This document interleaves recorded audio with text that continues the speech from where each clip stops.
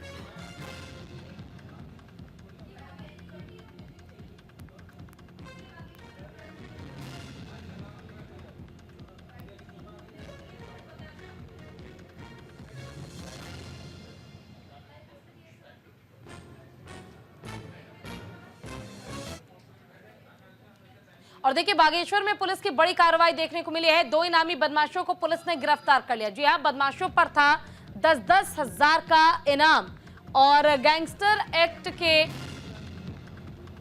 इनामी बदमाशों पर एक्शन लिया गया है। बदमाशों का था बागेश्वर और कपकोट में आतंक। बागेश्वर पुलिस ने बड़ी कार्रवाई करते हुए 2 इनामी बदमाशों को गिरफ्तार कर लिया। पकड़े गए दोनों बदमाशों पर 10-10 हजार रुपए का इनाम घोषित था और पुलिस को इनकी सरगर्मी से तलाश थी।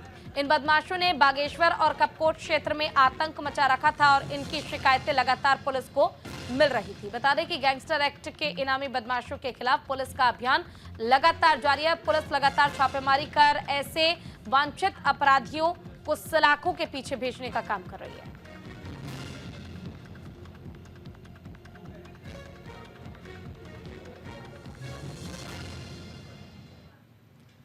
और देहरादून राज्य कर्मचारियों को धामी सरकार का तोहफा। राज्य कर्मियों को पदोन्नति में छूट का फैसला।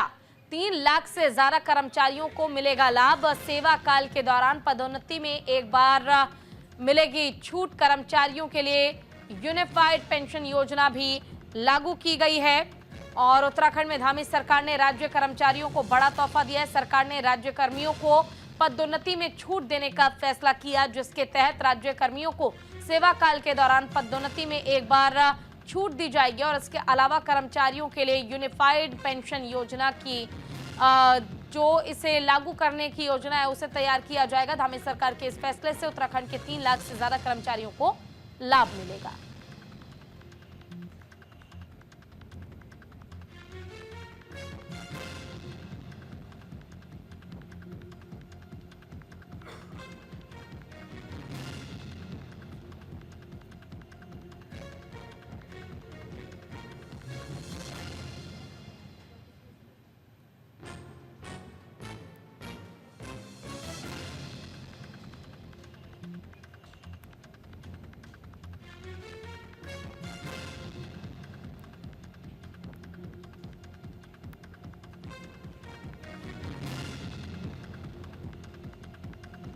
ज्यादा जानकारी के लिए हमारे साथ हमारे सहयोगी अनुज अवस्थी जुड़ गए। अनुज, देखिए, सीएम धामी ने बड़ा फैसला लिया और 3 लाख से ज्यादा कर्मचारियों को इस फैसले का अब लाभ मिलने जा रहा है। क्या कुछ जानकारी इस मामले में आपके पास? बिल्कुल, मुख्यमंत्री पुष्कर सिंह धामी ने राज्य के जो कर्मचारी हैं उनको एक बड़ा तोहफा दिया है। धामी सरकार की तरफ से बड़ा तोहफा है। 3.5 लाख जो कर्मचारी हैं वो इससे लाभान्वित होंगे।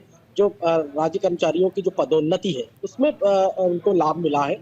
साथ साथ राज्य कर्मचारियों के जो पदोन्नति के साथ साथ, क्योंकि पहले जो कार्यकाल होता था वो करीब लंबे समय के बाद जो है ये पदोन्नति में छूट मिली है और 3 लाख से ज्यादा जो कर्मचारी हैं, राज्य कर्मचारी, उनका इस पे विशेष लाभ मिलेगा। साथ ही साथ चूंकि उनके जो वेतन भत्ते थे वो भी उसमें नहीं जुड़ते थे, तो इस वजह से राज्य कर्मियों को जो पदोन्नति में है अब छूट भी मिलेगी। अब आप जो है जब आपका जो पदोन्नति होगी उससे पहले आप जो है अर्जी लगा सकते हैं और उसमें जो है आपको छूट मिल सकती है। जी बिल्कुल, देखिए, और पदोन्नति के साथ ही कहीं ना कहीं छूट का फैसला जो ये लिया गया है राज्य सरकार की ओर से, ऐसे में बड़ा सवाल ये उठ जाता है कि आखिर इन कर्मचारियों के लिए जो ये फैसला है इसे कब तक लागू किया जा सकता है, कब तक अमल में लाया जा सकता है? इसको लेकर क्या जानकारी, कोई अपडेट मिल पाई अब तक? बिल्कुल, ये जो फैसला है राज्य कर्मचारियों के लिए, ये 1 अप्रैल से इसको लागू कर दिया जाएगा और लगभग 3.5 लाख जो कर्मचारी हैं जिनकी पदोन्नति नहीं हो रही थी, उनकी पदोन्नति में छूट भी मिलेगी और उनको पदोन्नति किया भी जाएगा। क्योंकि पिछले कई सालों से ये चलता आ रहा था कि जब आपकी प्रमोशन होता है तो उस समय पे जो है कई चीजें होती है। बहुत लोगों के तो प्रमोशन भी नहीं हो रहे थे और जिनके प्रमोशन हो भी रहे थे उसमें कई जूनियर और सीनियरिटी आ रही थी। लेकिन अब धामी सरकार ने उन राज्य कर्मचारियों को तोहफा दिया है। 3.5 लाख कर्मचारी हैं और उनकी पदोन्नति में अब छूट मिलेगी। तो क्या इसके लिए कोई कैटेगरी तैयार की गई है, अनुज? बिल्कुल, शासन की तरफ से मसौदा चूंकि तैयार है, मुख्य सचिव राधा रतोड़ी और साथ साथ शासन के जो अधिकारी हैं वो अभी इस पे जो है अमल कर रहे हैं, इसमें मसौदा तैयार कर रहे हैं। जल्द ही इसमें जो क्रियान्वयन है कार्मिक विभाग की तरफ से वो देख करके फिर इसको लागू कर दिया जाए। चलिए, आपका बहुत बहुत शुक्रिया इस तमाम जानकारी के लिए। आगे भी आप बने रहिए, अपडेट लेंगे आपसे तमाम खबरों पर। और देहरादून में कांग्रेस ने प्रेस कॉन्फ्रेंस करते हुए बीजेपी पर जमकर गंभीर आरोप लगाया। सीडब्ल्यूसी सदस्य गुरदीप सिंह सप्पल ने आरोप लगाया कि बीजेपी लोगों के वोट काटकर फर्जी वोटों के माध्यम से चुनाव जीतने का काम कर रही है। उन्होंने कहा है कि केदारनाथ उपचुनाव और नगर निगम चुनाव में बीजेपी के लोगों ने वोटर्स का नाम वोटर लिस्ट से गायब करवा दिया था। कांग्रेस अब जन जागरूकता अभियान चलाकर लोगों को ये बताएगी कि बीजेपी किस प्रकार उनके मौलिक अधिकारों का हनन कर रही है। प्रदेश कार्यालय में हुई कांग्रेस की इस प्रेस कॉन्फ्रेंस में गुरदीप सिंह सप्पल के अलावा प्रदेश अध्यक्ष करण माहरा और नेता प्रतिपक्ष यशपाल आर्य समेत कांग्रेस के कई वरिष्ठ नेताओं ने भी अपनी उपस्थिति दर्ज कराई है।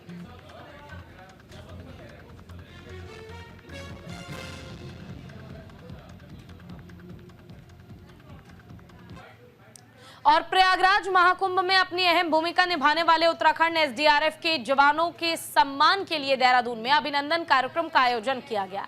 सीएम हाउस में आयोजित इस कार्यक्रम में सीएम पुष्कर सिंह धामी ने जवानों को सम्मानित किया। आपको बता दें कि प्रयागराज महाकुंभ के दौरान उत्तराखंड के एसडीआरएफ जवानों ने अपना अहम योगदान दिया था। सीएम धामी के नेतृत्व में आपदा प्रबंधन तंत्र लगातार सशक्त हो रहा है और अब एसडीआरएफ जवानों के काम की सराहना भी की जा रही है।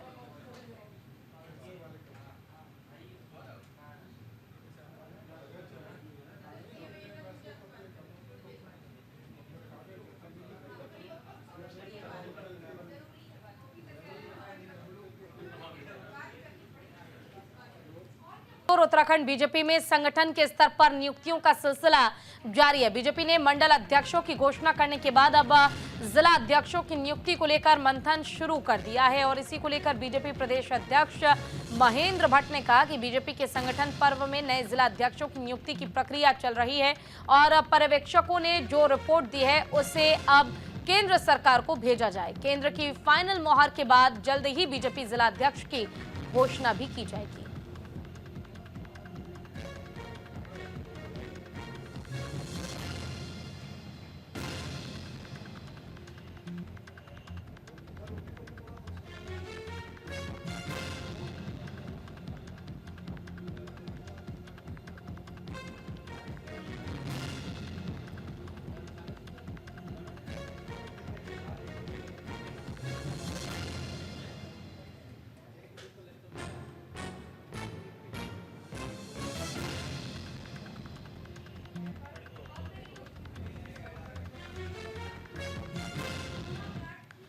और अब खबर विकास नगर से है, जहां पर पर्वतीय समाज के लोगों का आक्रोश देखने को मिला है। जहां बाबूगढ़ और कैसरबाग के लोगों ने कैबिनेट मंत्री प्रेमचंद अग्रवाल का पुतला दहन कर उनके खिलाफ जमकर नारेबाजी की है।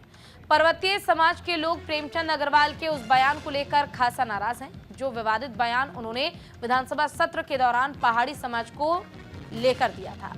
प्रदर्शन में शामिल हुए महिलाओं ने प्रेमचंद अग्रवाल पर निशाना साधते हुए कहा कि कुछ लोग पहाड़ी राजमा, पहाड़ी घी और पहाड़ी उत्पादों को तो खूब पसंद करते हैं, लेकिन वहीं लोग पहाड़ी लोगों से नफरत भी करते हैं। विरोध प्रदर्शन के दौरान विधानसभा अध्यक्ष ऋतु खंडूरी के खिलाफ भी जमकर नारेबाजी की गई। प्रदर्शनकारियों ने कहा कि पहाड़ के लोगों का तिरस्कार किसी भी तरह से बर्दाश्त नहीं किया जाएगा।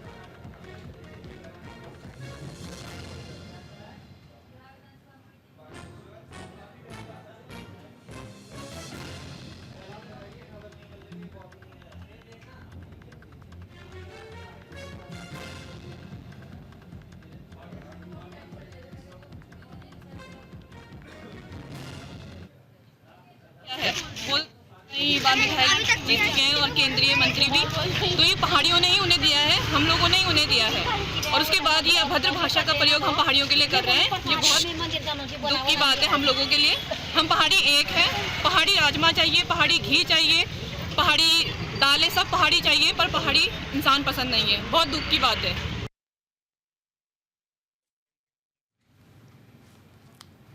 चलिए, देहरादून से बड़ी खबर आपको बता दें। पुलिस लाइन पहुंचे सीएम धामी, पुलिस कांस्टेबल भर्ती प्रक्रिया का निरीक्षण किया है। भर्ती के लिए आए युवाओं का बढ़ा उत्साह। एसएसपी से ली भर्ती प्रक्रिया की जानकारी। भर्ती प्रक्रिया में पारदर्शिता रखने के आदेश दिए गए हैं। तो पुलिस कांस्टेबल भर्ती प्रक्रिया का निरीक्षण करने के लिए सीएम धामी पहुंचे हैं और लगातार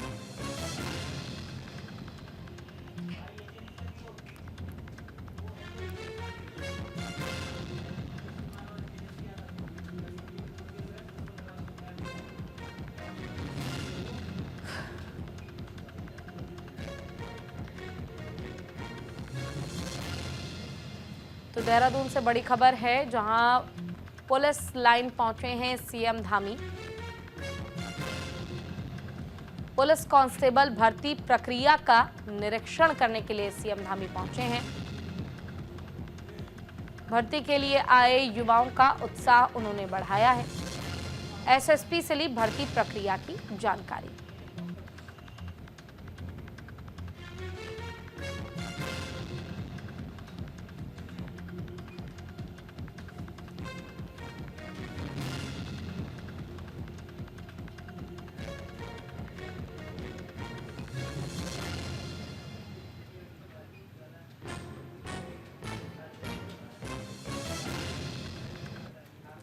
देहरादून से बड़ी खबर आपको बता दें, एकल महिलाओं के लिए स्वरोजगार योजना मंजूर। योजना से 2000 महिलाओं को मिलेगा लाभ। मंत्री रेखा आर्य ने महिलाओं को दी बधाई। महिलाओं को मिलेगी 2 लाख रुपए की सहायता राशि।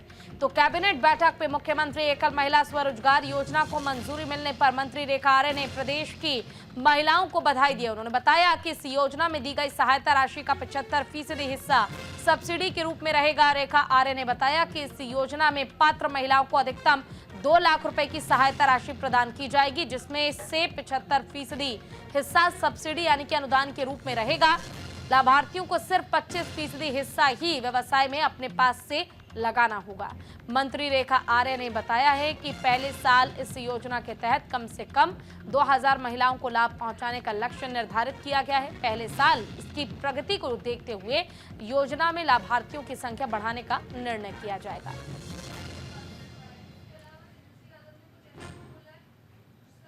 जो एकल महिलाएं हैं, जो चाहे विधवा महिला के रूप में हो, चाहे अविवाहित महिला के रूप में हो, निराश्रित महिला के रूप में हो, परित्यक्ता महिला के रूप में हो, अथवा तलाकशुदा महिला के रूप में हो, अथवा ऐसी महिला जो विकलांगता के रूप में हो, ऐसी सभी महिलाओं को जो है एकल महिला के रूप में मान्यता मिली है। और इन महिलाओं को जो है उनके स्वरोजगार करने के लिए 75% सब्सिडी के साथ में उनको विभाग के द्वारा उनको सहयोग दिया जाएगा।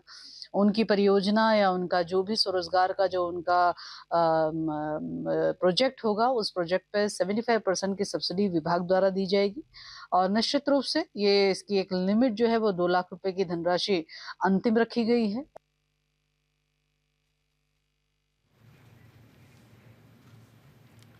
और सीएम धामी का अवैध मदरसों पर एक्शन। उत्तराखंड में 5 मदरसों को किया गया सील। प्रशासन ने जारी किया 6 मदरसों को नोटिस। कार्रवाई से मुस्लिम समुदाय में नाराजगी है। रमजान में मुसलमानों को टारगेट कर रहा है प्रशासन। तो देखिए, मुख्यमंत्री पुष्कर सिंह धामी के निर्देश के बाद प्रदेश में अवैध मदरसों पर प्रशासन की कार्यवाही लगातार जारी है। बता दें कि पचवादून क्षेत्र में कुल 63 मदरसे संचालित हो रहे हैं, जिनमें से 34 की जांच की जा रही है। डकरानी और नवाबगढ़ गांव में अवैध पाए गए 4 मदरसों को प्रशासन पहले ही सील कर चुका है और इस प्रकार कुल 5 अवैध मदरसों को सील किया गया। साथ ही 6 अन्य मदरसों को नोटिस जारी किया गया है। कार्रवाई के दौरान मौके पर भारी संख्या में पुलिस फोर्स मौजूद रहा। वहीं इस कार्रवाई से खफा मुस्लिम समुदाय के लोगों का कहना है कि प्रशासन मुसलमानों को टारगेट कर रमजान के महीने में मदरसों पर मनचाही कार्रवाई कर रहा है।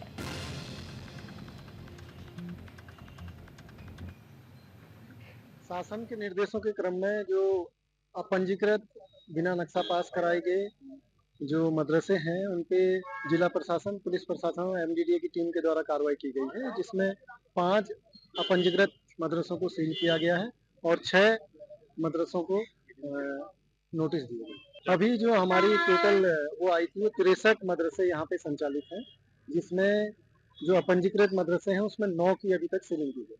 ये जो रजिस्टर्ड नहीं है, मदरसा बोर्ड में रजिस्टर्ड नहीं है, मैप नहीं है इनके पास और जो बुनियादी सुविधाएं हैं उनका अभाव।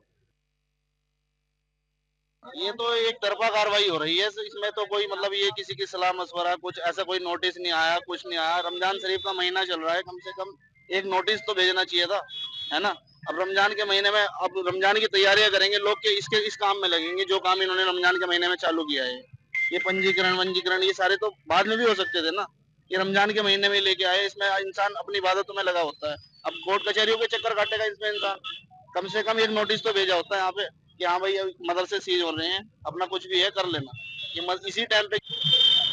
प्रदेश के मुखिया पुष्कर सिंह धामी के निर्देश के बाद पूरे प्रदेश में प्रशासन के द्वारा अवैध मदरसों को लेकर ताबड़तोड़ कार्रवाई देखने को मिल रही है। विकासनगर में भी बीते शनिवार को 4 मदरसे सील किए गए थे, जो कि बिना रजिस्ट्रेशन के थे, और आज सुबह एसडीएम विनोद कुमार के नेतृत्व में फिर से 5 मदरसे सील किए गए हैं, जबकि मौके पर शिक्षा विभाग से लेकर राजस्व विभाग और एमडीडीए और साथ ही साथ अल्पसंख्यक विभाग के साथ भारी पुलिस की फोर्स तैनात रही। विकासनगर समित रावत, न्यूज इंडिया। बुलेटिन में इतना ही। नमस्कार।